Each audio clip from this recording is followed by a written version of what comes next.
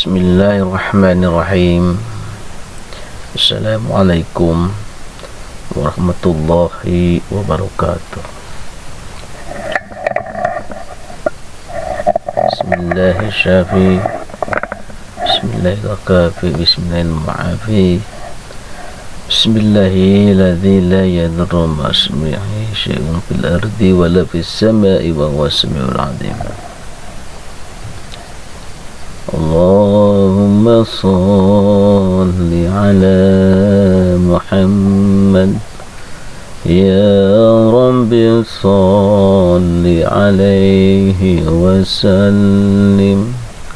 Allahumma shalli ala Muhammad ya Rabbi shalli alaihi wa sallim.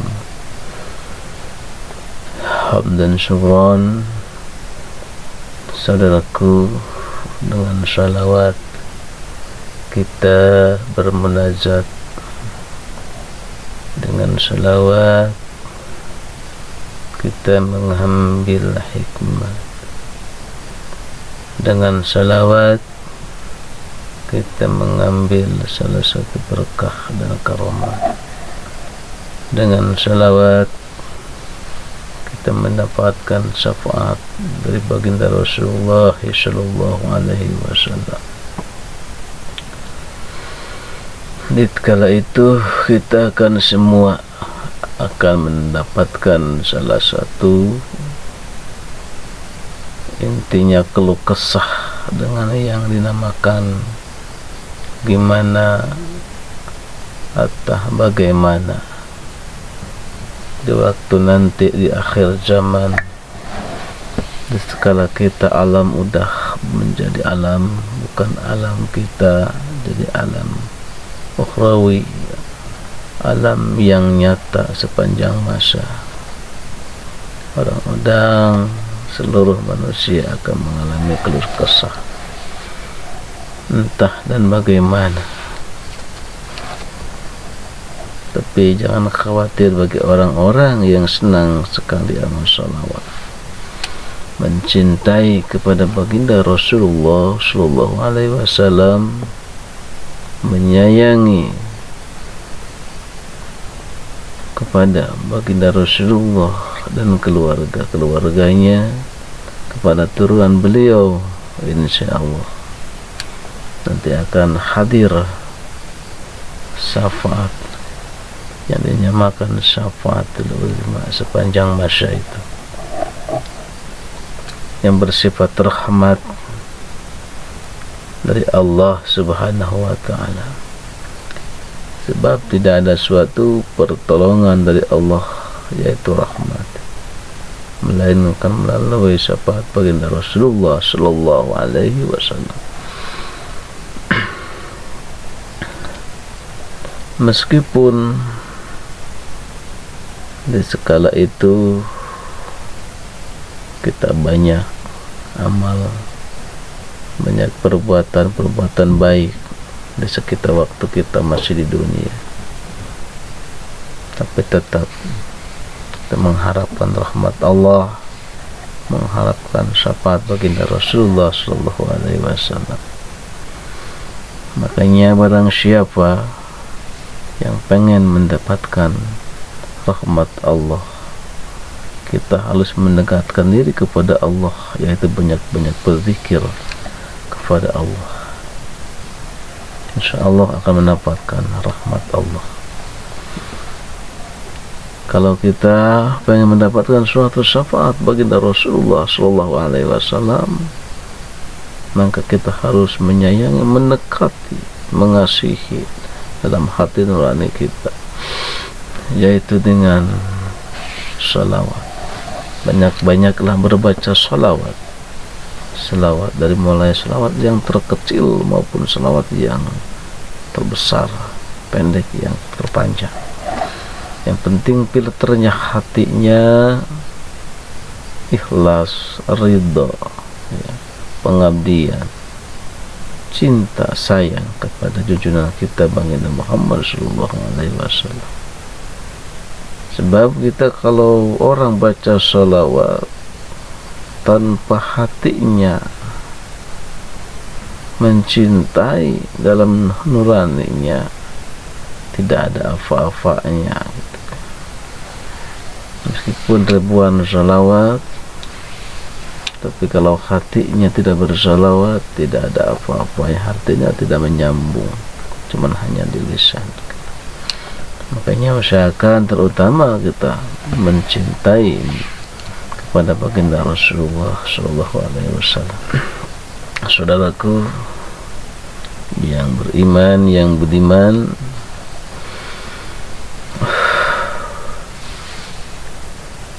kalau kita berpikir, bertafakur ya, banyak-banyak kejadian atau kejadian yang di luar nalar kita, atau keanehan, keajaiban ya. Seketika rajin bersalawat, banyak sebenarnya gitu.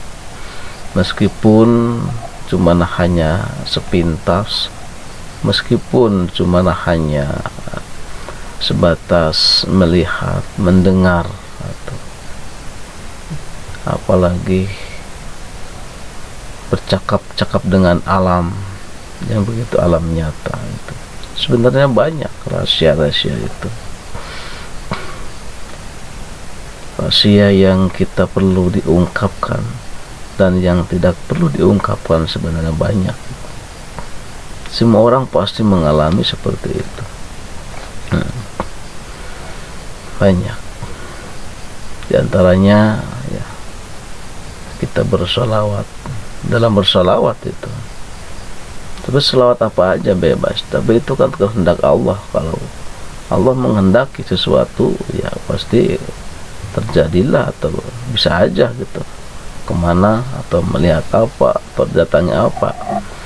Nah itu walau alam ya, bukan rahasia, kena rahasia Allah ya. Karena salawat itu emang manfaatnya bersifat rahasia gitu. Meskipun ada judul atau salawat syifa ya, itu kan judulnya itu kan kadang-kadang buat apa, sebuah penawar atau obat ya. Itu judul.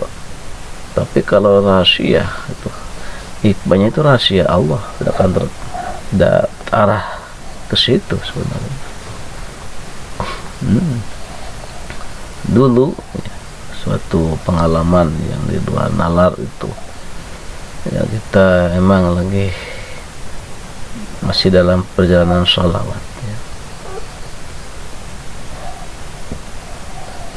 Sholawat, kalau nggak salah sholawat yang biasa seperti Allahumma sholli ala Muhammad ya Rabbi sholli alaihi wa sallim, walau alam bisawab. Nanti seketika itu kalau nggak salah di rumah ya, di rumah ya, di kamar dulu kan kamarnya itu kayak ranjang besi kayak gitu ya, yang besinya besi yang ada kelompok apa, dikelilingi sama apa, kelambu apa gimana ya zaman dulu itu, kelambi apa ya, kain putih itu. Kita di situ lagi sholawat sambil bersandar ke tembok. Tapi semakin lama kita bersholawat di situ, merasakan suatu keindahan dan kenyamanan di situ. Disitulah Allah ngasih salah satu mungkin apa ya, ujian bagi saya, pertunjukan bagi saya, demonstrasi lah di situ bagi di alam nyata kita, bisa menjadi ujian, bisa menjadi salah satu Allah menunjukkan salah satu apa keajaiban rahmatnya itu waktu di dunia itu, istilahnya keanehan gitu ya. Tapi mungkin ujian ya, dalam masalah ini.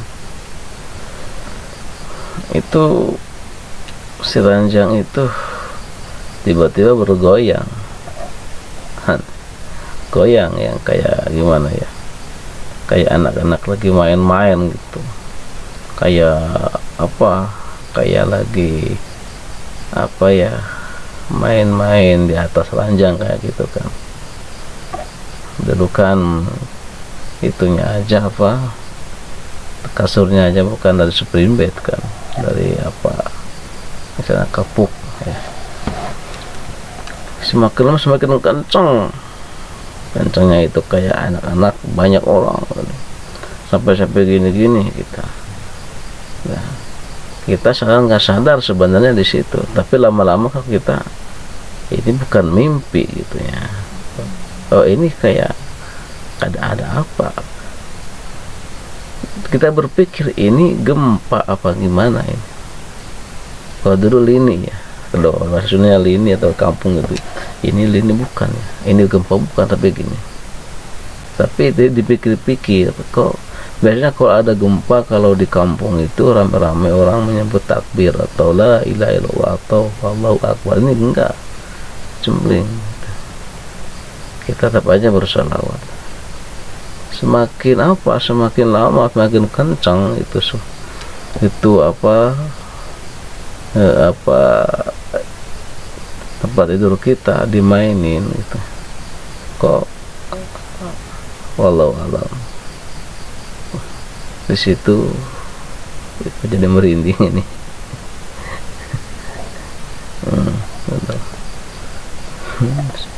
Sallallahu alaihi Muhammad. Di situ ya, masih teringat pertama kedengaran suara anak-anak yang lagi pada main-main. Kok banyak banget itu. Emang ternyata di atas tempat tidur kita di situ, di kamar kita. Ngecek. Ternyata emang benar anak-anak kecil di situ. Subhanallah, aku sini ada merinding banget nih, kayak ada yang hadir nih, gak tahu siapa nih ngomongin kayak gini. Subhanallah, barin aja lah. Subhanallah. Ternyata di situ anak-anak kecil banyak ya. Di pinggir di sebelah kanan gitu. Pada gini, nah itu sih apa tempat tidur itu kan dari besi ya. Ada yang sambil cubit-cubitan apa anak-anak itu. Itu yang saya lihatin itu. Di situ saya akan marah, gitu. Jangan main-main di atas, nanti ini roboh lu. Turun. Dia turunlah ke lantai gitu. Nah, tapi di situ anak-anak itu kok kalau nggak salah ada 6 orang, tapi semuanya cakep gitu. Cakep. Kalau nggak salah semuanya pakai batik gitu. Turun gitu. Tuh. Dalam hati berpikir, ini siapa ya? Bukan yang dinamakan apa ya, istilahnya tuyul apa gimana gitu. Tapi kok tuyul, kok bagus wajahnya. Yang berpikir panjang situ ya. Turun situ, dia berdiri berjajaran di depan kayak gitu. Ada yang satu yang agak nakal itu ya. Udah itu naik lagi, turun lagi, naik lagi, turun lagi. Kamu dibilangin turun, diam di situ. Dia masih tetap kita nyemperin kita sampai apa senar-senar kayak apa ya, kayak lelenean lah gitu istilahnya. Jadi kayak nyandar kayak gini gitu. Kamu ngapain sih? Kamu deket-deket sama saya gitu Kio. Dia berkata,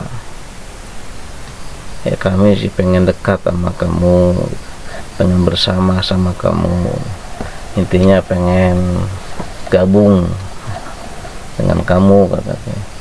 Allah pengen ikut kayak apa? Emangnya kamu punya keahlian apa situ? Saya mau banyak ya. Kalian saya itu ngambil duit orang gitu. Coba buktiin kalau benar. Tunggu sebentar ya. Dia nggak tahu menghilang di situ ya. Kalau nggak salah itu udah beberapa menit ya, bukan menit, kalau nggak salah itu kan berdetik gitu ya. Cepat datang lagi bawa uang segini gitu. Uang, kalau nggak salah uangnya itu dulu zaman 50 Soeharto ya, kalau nggak salah nih. Nah ini uangnya mengambil dari orang. Ngambil dari mana? Ada aja dari orang gitu. Mau nggak ya? Enggak lah, kalau duit menang nyuri emang nggak mau saya mana gitu. Enggak, bener ini, kalau mau saya kasih, kalau nggak mau saya balikin lagi. Ya udah balikin lagi sama yang orangnya. Ngapain nyuri kayak gitu? Ya udah balikin lagi. Dia menghilang lagi. Dia datang lagi berarti. Ya. Nah, baik ketawa-ketawa.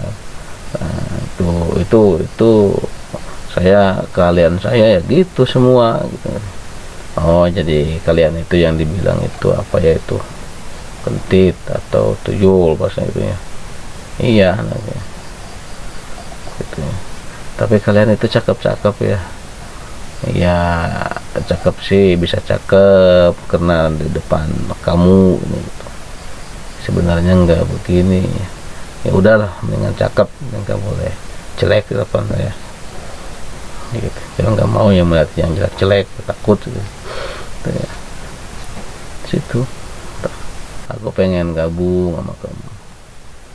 Aku nggak mau kalian itu istilahnya mencuri-curi duit orang lain gitu ya. Kalau kalian kesini sama siapa itu ya, dari mana asal itu ya, nggak tahu bilangnya gitu. Emang kalian di sini sama siapa? Banyak kayak gini banget. Sama ibu saya. Mana ibu kamu? Tuh di pinggir. Ternyata di pinggir juru itu di pojokan ada ibunya. Sama ibunya berdiri aja gitu. Dia nggak ngomong, teman senyum ya, nggak ngomong di situ. Ujian kita di situ, dia nggak ngomong. Kita ya kalau dulu memilih ya untuk kita bergabung ya, kita ambil aja biangnya, ibunya, orang tuanya ya. Tinggal ditanya siapa, nama kamu, dari mana, kita hafal namanya ya, kita panggil. Ada bisa aja kalau orang yang perlu kayak gitu kita ambil bisa aja gitu ya.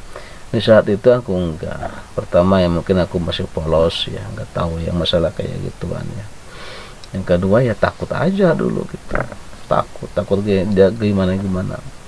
Padahal kalau di seketika itu kalau kita dikasih duit diambil, kita bener itu besoknya kita dapat duit banyak. Tapi itu dulu itulah lagi takutnya yang masalah gitu ya. Cuman ngobrol-ngobrol kayak gitu doang gitu, seperti kayak gitu. Oh, sama ibu kalian sini. Tapi yang diherankan itu ini jadi permasalahan kok pakai batik semua, bagus. Ya, alhamdulillah di saat itu ya pribadi nggak istilahnya terpengaruh, istilahnya mau gitu. Kalau istilahnya mau udah jadi kuncen, jadi penjual tuyul. Tapi alhamdulillah ya gitu ya, masih ingat sekarang gitu. Makanya tadi diobrolin itu suka merinding karena mungkin ada apa ya, masih agak ini gitu, ada nggak menyambung gitu. Karena itu posisi di rumah saya, pantesan di rumah itu suka kehilangan banyak duit gitu. Ternyata oh itu biar alhamdulillah gitu ya istilahnya. Jadi banyaklah ujian di seketika kita mengamalkan sesuatu, yakin ada ujiannya. Kalau kita benar-benar mengolahnya itu, mengolah salah satu ayat ya, salah satu ayat salawat, ayat-ayat riyadhah itu yang dijajarkan oleh guru-guru kita, pasti ada salah satu ujiannya ya. Kita tinggal memilah dan memilihnya aja di situ, urusan masalah keilmuan ya.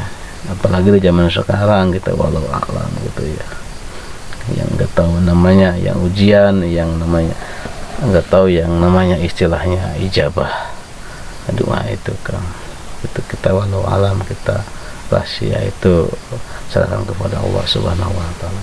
Kata kita harus niat yang benar itu adalah kita meskipun tidak ada judulnya gini ini ada salah satu judul ya, itu istilahnya tetap aja niat kita adalah pengabdian dalam satu kalimat dalam ayat.